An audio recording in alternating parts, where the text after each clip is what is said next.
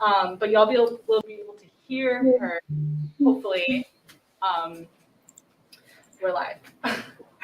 Okay, so thank you everybody for joining us. Welcome. I was just explaining to folks who are joining us in person that Mari is joining us virtually today. We also have River in the Pride Center with us. And yeah, this is a hybrid program. We've got technology. Hopefully everything will go well in terms of sound and video. But yeah, cool. Okay, let's get this thing started. Welcome everybody to Lesbian Visibility Day of Action. It's April 24th, 2022. This is going to be our second panel of the day. We just talked about the DIY scene in New Haven. That was an awesome panel. Y'all can check it out on our Facebook and our YouTube later. This is our second panel of the day. We're talking about radical and working class queers. And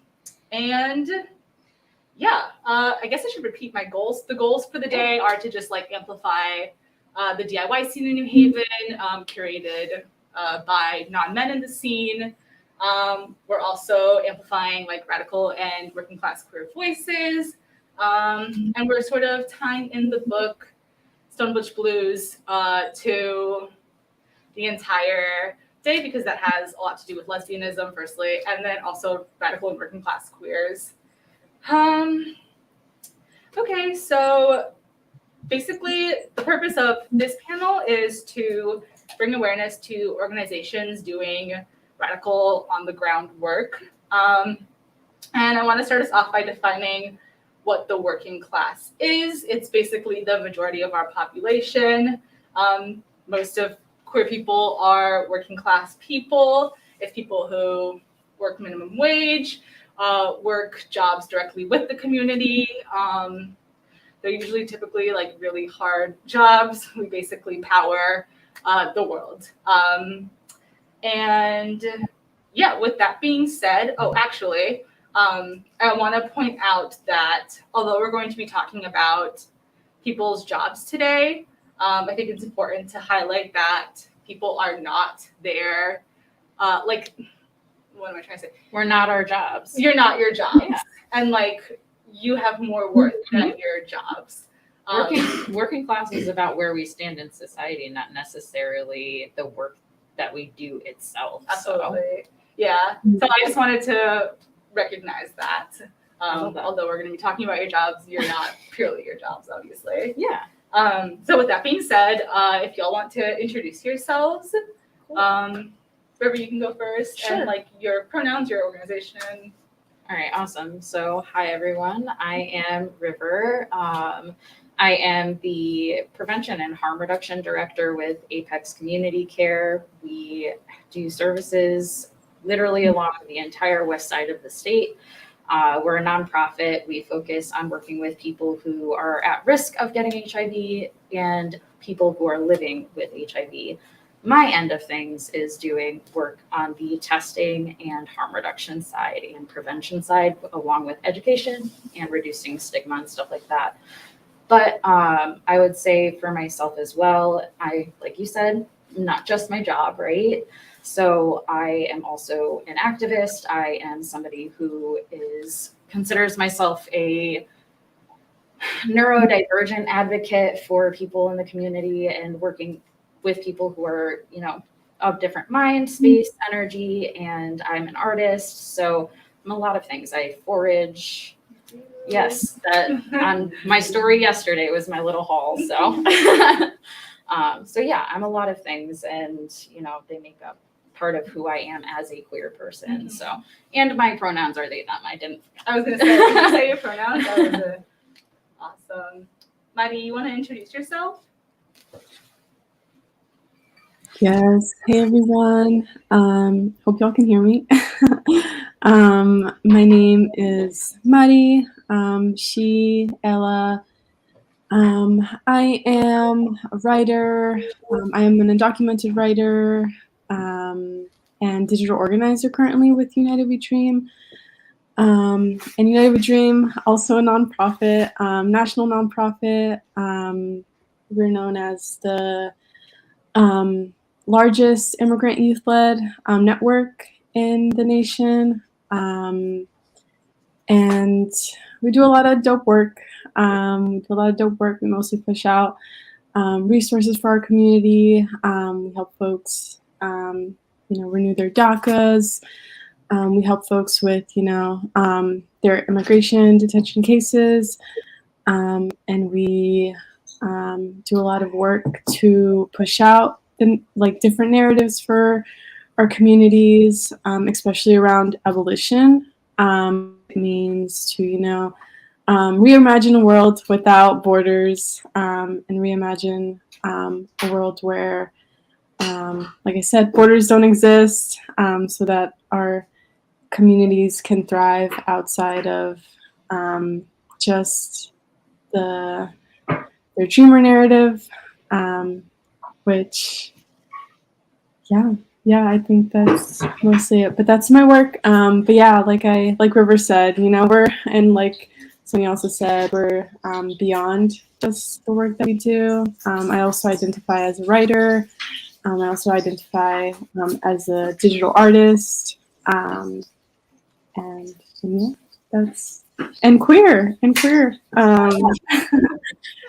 that's me. Awesome. Thanks, Mari. Sorry, I have so many tabs open. Let me just click here. Okay, sweet. That was beautiful. Thank you guys so much for your introductions. So I kind of wanted to start this off by talking a little bit about the working class. I think people, especially during the pandemic, kind of got class consciousness, which is like you are aware of what class you are because the pandemic put so many people in a really tough spot, and some people, got lots more money from the pandemic. So you kind of got to see where people laid in their class. Became more visible. Absolutely, yeah. And so my first question for you guys is kind of like a pretty broad one, but what does class solidarity look like to you? Like I was just talking to a friend yesterday about the mask situation. Like I said that I think wearing a mask, in places where you don't necessarily need to not be wearing one is class solidarity. Like you're looking out for your community. Exactly. People, yeah. Yeah. So what does class solidarity look like for whoever wants to answer first? Let's see. Yeah, it's kind of hard to see. So for me, I would say that class solidarity is taking care of our communities together. Mm-hmm. I think that the communities that we live in, a lot of the time, what ends up happening is everybody's just kind of in their own lane, right? Just kind of living their life, tunnel vision. And I think part of that for me, when I started becoming more radical and understanding really what it meant to be somebody who was part of their community, it's also stepping out of your comfort zone. Mm-hmm. So for me, it was getting involved in things like in mutual aid programs and stuff like that. And, kind of even small micro versions of, I'm growing a garden this year. Friends, please come pick from my garden. If I have extras, I'm texting you, come grab stuff, and being able to kind of trade and barter and stuff like that within your communities. To me, that makes us stronger. Mm-hmm.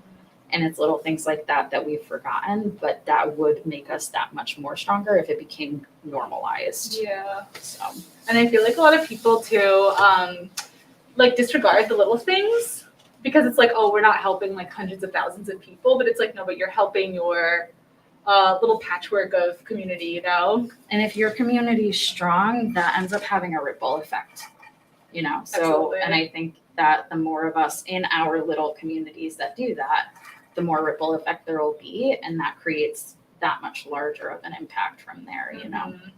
That's part of that boots on the ground work. Exactly. Did you want to add to that, Mari? Yeah, I'm mostly gonna echo what River what River said. I think what comes with class solidarity is, doing a lot of mutual aid, and making sure that, we're taking care of our communities. And I think, like you mentioned, Suyane, with COVID, living, like, I think us as a society, like, we've never, like, in our generation, like, gone through a pandemic. I know for me, like, it was something that I was just like, whoa, this is new, like, um, having to get used to wearing a mask and bringing our mask everywhere. And so I think making sure that we're keeping each other safe, and not just, thinking about like ourselves necessarily, and being like, oh, like, this is uncomfortable. Because I know for me in the beginning it was a little bit uncomfy to wear the mask, and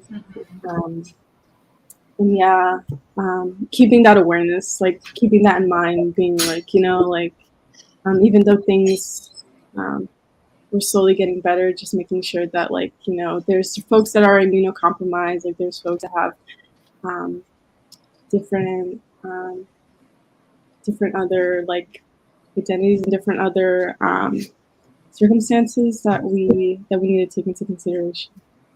Yeah. Yeah, absolutely. I kind of want to bring this question back to, like, queer folks. So, River, you said that, like, Apex works with like HIV prevention and, like, HIV positive folks. Do you guys get, like, a lot of queer people in your organization? Like, one of the main reasons I invited both of you to talk on this panel today was that, like, so other queers who are like here and, like, listening to this is so that they know that, like, queer people exist within these organizations that are here to help, like, the majority of the population. Folks, yeah. And also that too. Yeah. Well, I was thinking more in terms of, like, UnitedWeDream isn't technically, like, a queer organization, Right. but there are, like, queer immigrants like me and Mari who are doing the work, basically. Right, absolutely. So for Apex, we do. So we get really, honestly, a very diverse group of people, but our population that we're getting into and that we work with in our prevention department specifically, so I'll just speak for what I know, are the people that are at the highest risk for getting HIV, which is our Black and brown young men who have sex with men. It's our trans women. It's our, Black heterosexual women. And all of these people have ties to our queer community. And unfortunately, it comes with, like, a lot of stigma and stuff. So part of that is education around, queer sexual health and things like that are super important. And one of the things that we've been doing that we actually were able to open once we got our new location in Danbury was our LGBT drop-in center. So that's another spot where it's like, it's not just about, oh, we're here to do testing and HIV and everything like that. It's also about building community for us. And part of that is building that community in the Danbury area. So we do events twice a month. I mean, tomorrow I have a talk that I'm doing with 2 of my staff where we're talking about kink and consent. Oh yeah, that's fun. Yeah, so, like, and we're bringing, a sex therapist on to come and chill and talk with us so that we can have somebody who has, experience talking about that in a clinical sense, because we also work with a lot of different types of people and we want to make sure we're getting the right message across. So, everything we do is kind of steeped in that, at least for my department, queerness a lot of the times because of the work that we do, because it touches that population so much. Right. And for me, it's like a lot of the empowering each other to be our best selves, to be our healthiest selves, to be able to have that well-being, and as queer people, we deserve that. Absolutely. We deserve to thrive. So for me, that's what it's about. It's about bringing the community in and, like, guys, we can thrive and we can live our best lives, and we can do it in so many different ways. And that's where that harm reduction piece comes in, where it's meeting people where they're at but not leaving them there. Yeah, absolutely.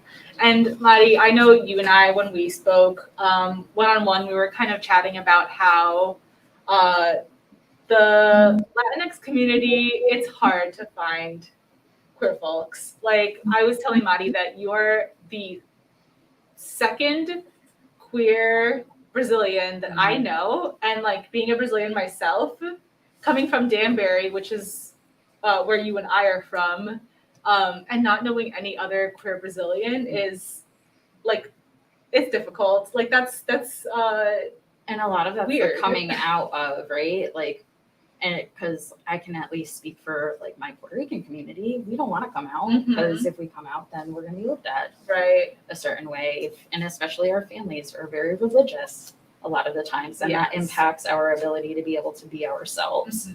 You know, so we may be out there, but we're not able to be out and as proud as we want to be. Yeah, you know? unfortunately. Yeah. So going back to you, Mari, does UnitedWeDream like work a lot with queer folks? Like, I know that you primarily work remotely, but like, can you speak a little bit about like the queerness in UnitedWeDream? Yeah.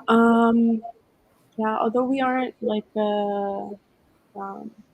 like we're mainly like we're mainly known for being an immigrant youth-led organization, which we are.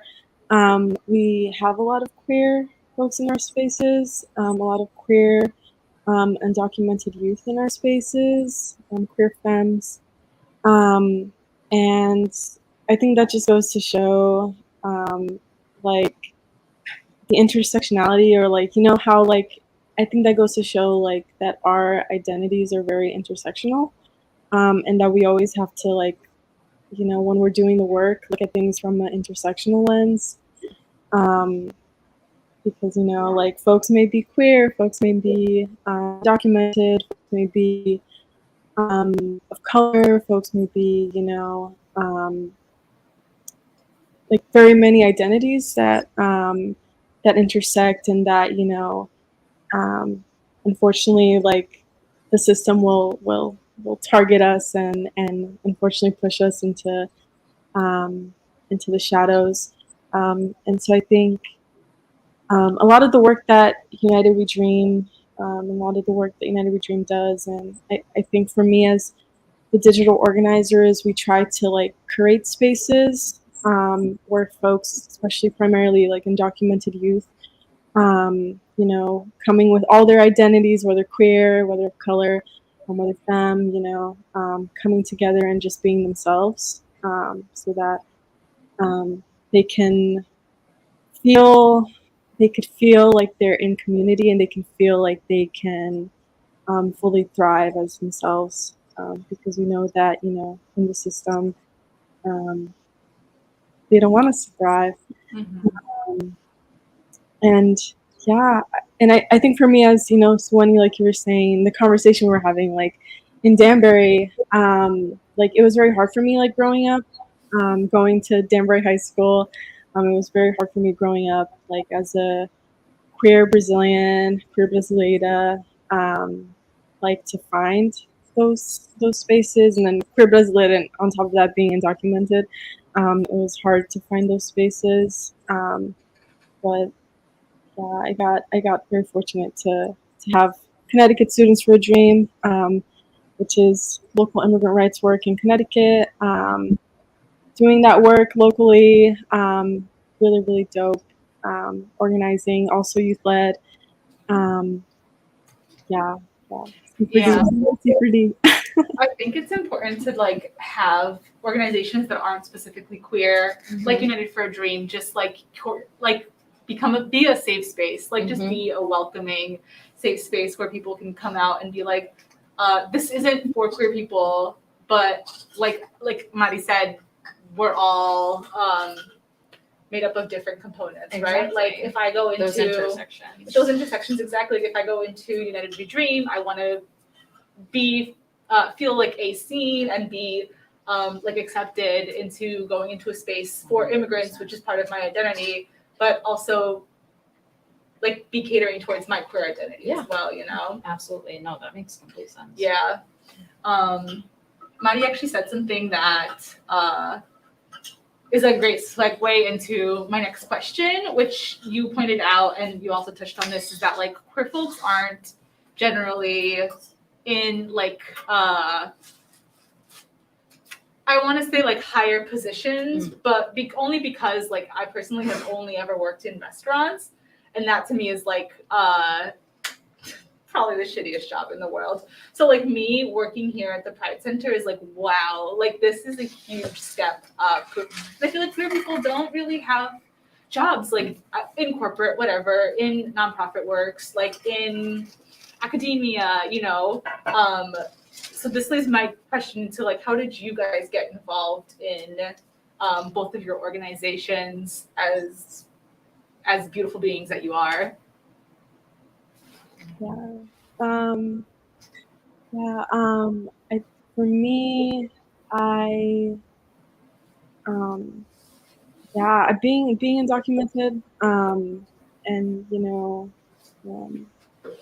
I think I was very fortunate to be able to apply for the DACA program, which to give context on the program, folks don't know, the DACA program is a program that allows folks that came into the country when they were younger to apply for and you know, get a status, get, you know, not permanent protection, but get protection from immigration agents, get protection to not be deported, and also be able to work.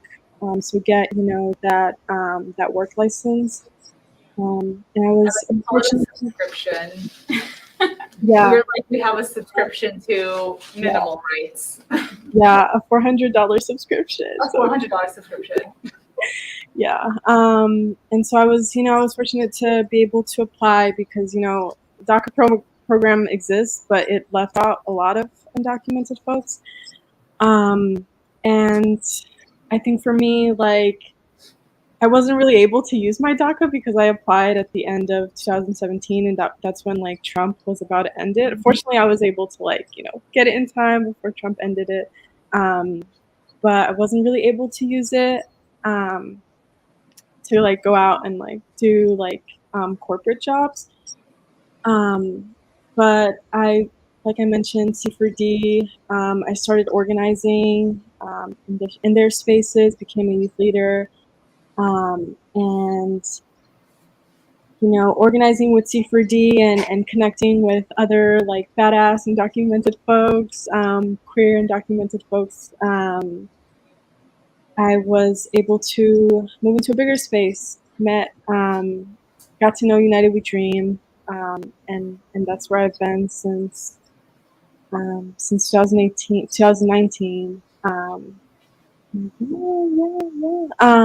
But I would love to hear from you, River, about the work that you do with Apex, and also would love to know, and this is something that was in my mind, like how many like do you do a lot of work with undocumented folks in Connecticut, and immigrant folks in Connecticut? I would love to we do.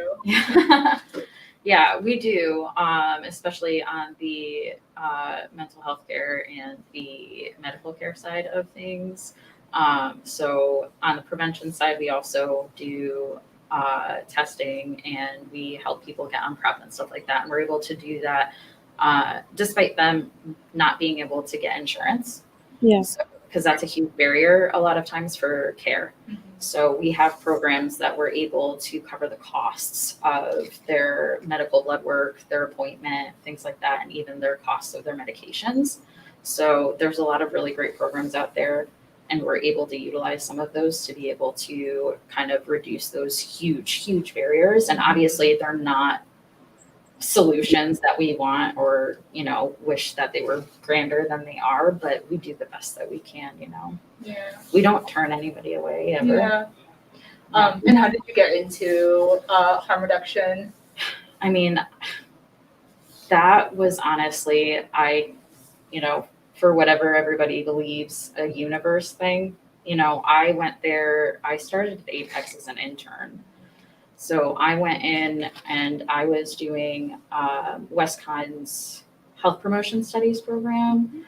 And that was, I would say, that was like my discovery period of who I was, who I wanted to be, etc. Especially as somebody who now identifies as a trans and queer person. I wasn't there yet. At that point, I didn't have the space to be able to discover that. And I think Apex kind of gave that to me. And that's where I found my love for the field. So I had to be doing it to even realize that this was a space that I wanted to be in. Because a lot of what I was doing, I was realizing that I'm like, wow, none of us really credit the fact that we're all going through a lot of the same things in different ways, and that we aren't alone. And I may not have had your experience, but I'm here with you now to help you in whatever way that you need. And it was just a totally different way of thinking than I was used to. And plus I was in a space where the CEO of Apex is very, very good at helping people find their skills, their talents, and then helping us thrive with those. So I got lucky that she saw that and gave me the space to discover myself as a harm reductionist, be able to do the work that we do, be able to build the prevention and harm reduction program to what it is, you know, as a team, as a collaboration.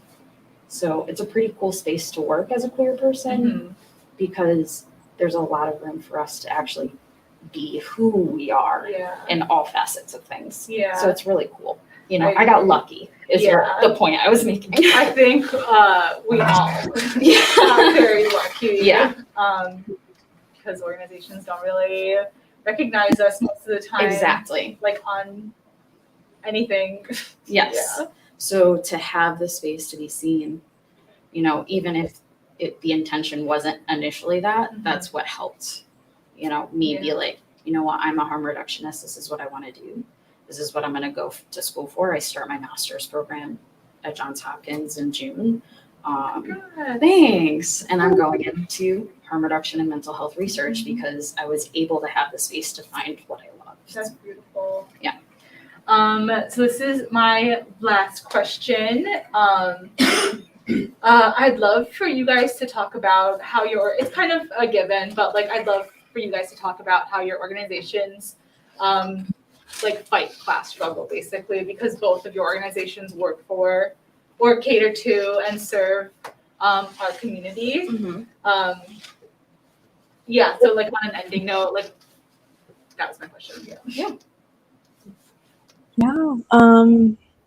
UnitedWeDream. I think for starters, we try to like I mentioned, like create spaces where like youth can come in and you know begin their organizing journey and you know connect with other undocumented queer, femme, of color youth. And you know, I think in terms of your question, Suyane, and fighting back against class struggles, you know, I was able to like get into this space because you know UnitedWeDream you know holds like employment opportunities and is a big big enough dope organization to like hire undocumented folks. And so I think UnitedWeDream like holds those employment spaces for undocumented folks.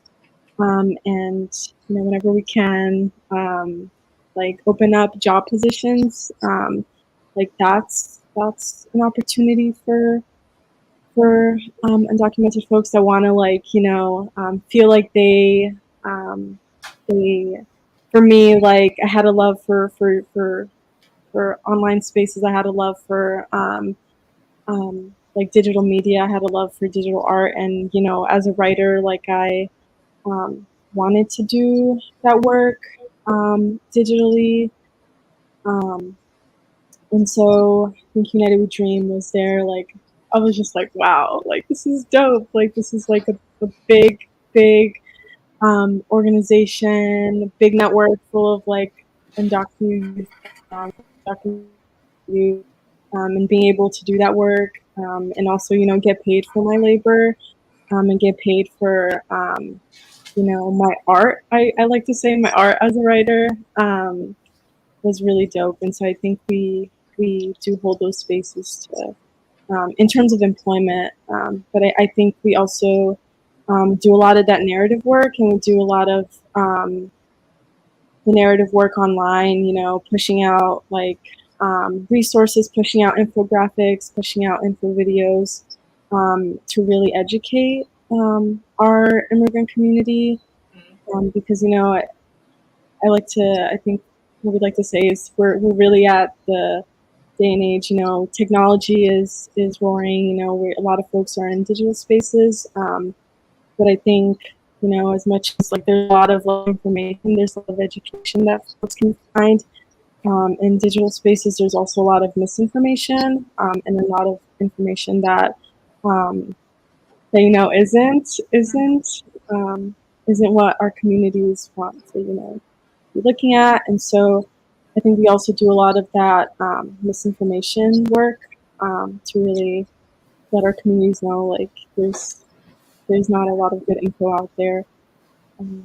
Yeah, you guys do. I will say, like, as someone who subscribes to UnitedWeDream, as an undocumented person myself, myth bust a lot of information, because if anyone has ever dealt with like the government online, it's complete. You can't find any information, and UnitedWeDream has definitely saved my back a bunch of times as an undocumented person. River, you want to talk about? I totally forgot my question now. How Apex fights class struggle? Yeah. So I was listening to what Mari was saying, and it kind of three things popped into my head. Our own employment, the resources that we provide, and then the education that we do. So the first part for me that's huge is we hire people with lived experience. Mm-hmm. So it's not a matter of, obviously we're going to hire the best person for the job, but we're very, very conscious of hiring people who can bring a skill that is from their life, right? Mm-hmm. Seeing that and being able to foster that in the best way possible, to the point of where we've even created new roles within our agency for the person, because we wanted to capitalize on their skills and their talents for them, And what's happened is you see people moving up. I got lucky. I went from an intern to an outreach worker to a manager, and now I'm directing, because I had that ability. So we do that with everyone. So we hire those people with lived experience. That helps kind of challenge that, because we're giving opportunities for people to be able to earn living wages. Mm-hmm. On the other side of that, we're at a point of trying to provide wraparound services, regardless of insurance. So really trying to open up that access to resources for people so that those barriers are removed. When you remove those barriers and you start meeting basic needs, that helps people with that struggle. Absolutely. And then on the third side, with Mari talking about a lot of like the social media and stuff like that, and education and dispelling information, our jobs as prevention outreach workers and as harm reductionists is to educate the community to start changing their minds about what their perceptions of what something is, because that's the start of it. That's how that change happens. That's how you kind of facilitate that and empower people. And we're educating the people that we want to empower to get them up, get them moving, get them going, help them out, but based off of what they're saying to us that they need. Absolutely. So.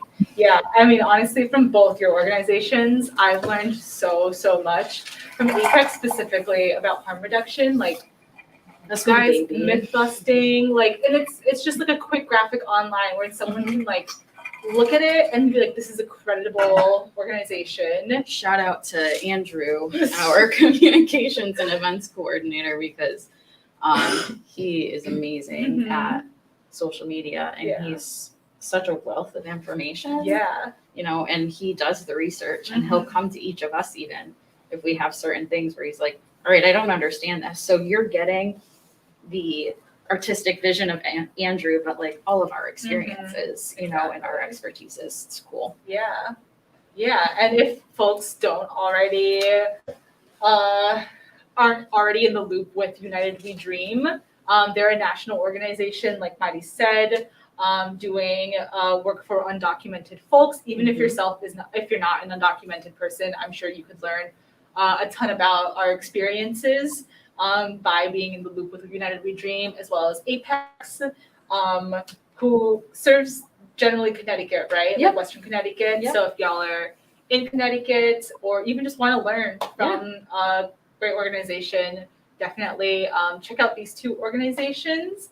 During the last panel, I forgot to ask if anybody had any questions, either online, which I can see the comments here, or if anybody had a comment or question in the audience, we can take it.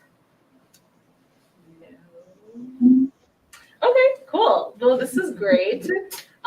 With that, if do you all want to plug anything else? Any last words? Thank you for the opportunity. This was amazing. Awesome. It's also really nice meeting you, Mari. Yeah, this was great. Yeah, this was, like I said, our first hybrid panel. So I think this worked out pretty great.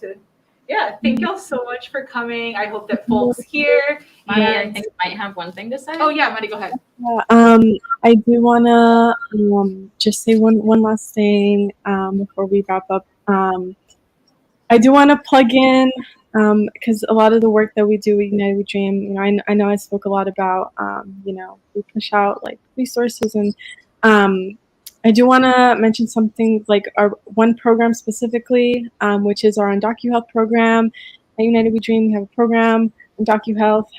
Shout out to Jenny, who is the DocuHealth program coordinator.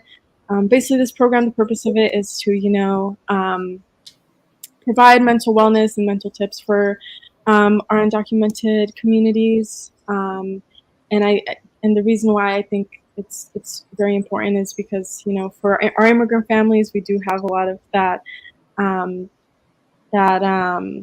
like, you know, we come to this country and we need to work. You know, we're pushed into this capitalistic society. And so I think it's very important that we take time to center on just rest and center on just, you know, like taking care of our mental well-being while also like doing the work. And so I think our DocuHealth program, that's the mission with our DocuHealth program here at UnitedWeDream. And so I want to plug that in for folks. Folks can text UHealth to 877 to, you know, be opted into our text messaging system and get more resources from our DocuHealth. I think that's all I need to say. That's all. But thank you, River. It was great sharing space with you, and thank you, Suyane, for this amazing opportunity. This was dope. Yeah, thank you guys so much. Yeah, it was great. I think that's pretty much it. Our next program for the day is going to be our zine making workshop. If y'all want to sign up for that, you do have to RSVP because we do have a cap limit, but that's going to start at 2:00. And then we have a very important keynote discussion with Kai coming up. And then we're going to have a film screening. So it's a very jam-packed day, but I appreciate everybody being here with us. Thank you. Thank you.